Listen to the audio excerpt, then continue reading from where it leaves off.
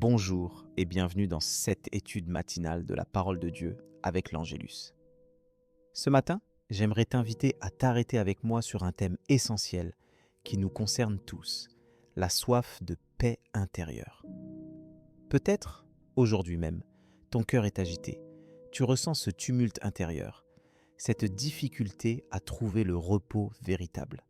Tu aspires à cette paix profonde, stable, que rien, ni les circonstances, ni les soucis, ne peuvent voler. Cette recherche de paix n'est pas étrangère à la parole de Dieu. Elle traverse l'expérience de tant de croyants avant nous et, bonne nouvelle, Dieu veut t'accorder ce repos. Ce n'est pas un hasard si Jésus a tant parlé de cette paix. Dans chapitre 14, 27, il dit « Je vous laisse la paix, je vous donne ma paix, je ne vous donne pas comme le monde donne. Que votre cœur ne se trouble point et ne s'alarme point. » Cette promesse n'est pas seulement une parole réconfortante, elle est un ancrage pour ton âme.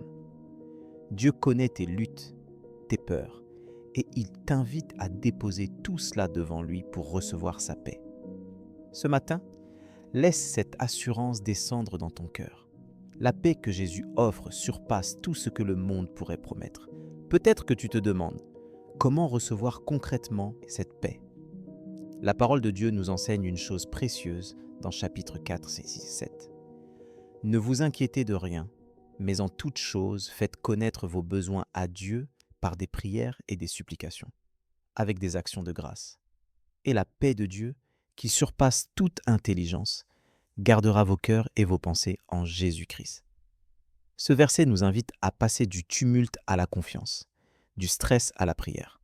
Ce n'est pas dans nos propres forces que nous pouvons provoquer la paix, mais en nous approchant humblement de Dieu.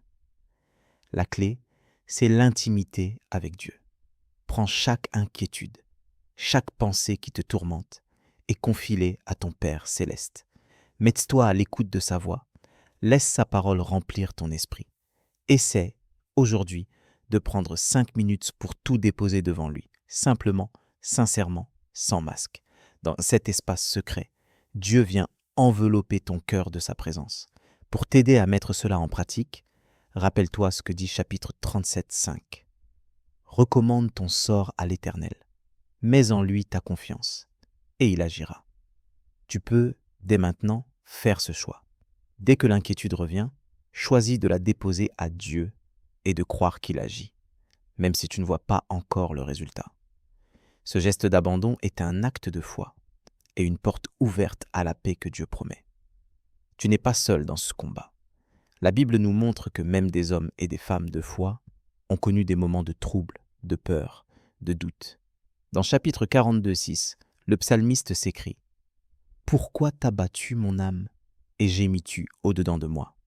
Espère en Dieu, car je le louerai encore. » Oui, tu peux, toi aussi, choisir de tourner ton cœur vers Dieu, même au milieu de la tempête. Peut-être que la paix semble lointaine ce matin, mais Dieu te dit que sa paix n'est pas une illusion, c'est un don réel, accessible.